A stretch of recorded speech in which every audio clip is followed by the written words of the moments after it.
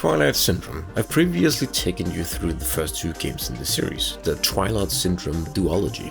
At the end of the second game, we learn that the trio's series of adventures have been partially orchestrated by some kind of entity, why they were brought here, and why Mika, the airhead of the trio, is the only one that remembers their old world and their past lives. Well, I suppose we'll have to dive in to find out. So sit back and relax and let me, for probably the first time in English, take you on a journey through Moonlight Syndrome.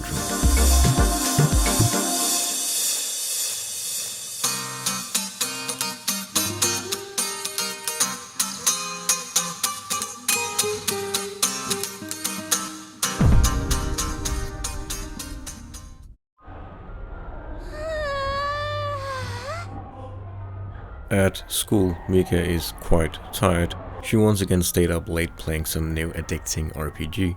But she promises herself and Kazuki that tonight she'll go to bed early. But Kazuki, she's not buying it, and probably neither is Mika herself. Miho enters their classroom and she looks tense. She has something juicy to share, and Mika tells her to spill, and she says that she hit a teacher and then laughs about it. Mika says that's awful, and Miho says it's fine. He was perving on her, going on about her piercings and her loose socks, and he just wouldn't leave her alone. Besides, she only got suspended for a week, so she's gonna treat it as a vacation. While Mika and Miho are talking, Mika sees the silver-haired kid walking by outside the hall, and she chases after him. When she steps outside the classroom, the hall is completely empty, and when she walks down one flight of stairs, she is suddenly all the way down in the basement. And when she walks back up, she is suddenly all the way up on the roof. And here, the boy taunts her. She tries to follow the voice but gets lost and finds herself almost teleporting in between the floors before she finally confronts the boy out in the hall and follows him into a classroom. But when she enters, she is no longer in school. She is in a forest and it feels familiar. A group of girls appear and they're laughing. It's girls she recognizes, like Yukari. When she yells out for them, however, they don't respond and they just slowly start to move further and further away.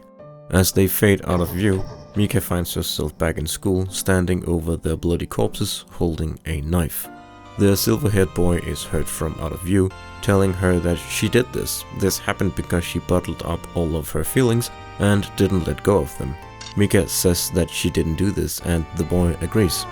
She just stood there and watched because she was too afraid to be a nuisance.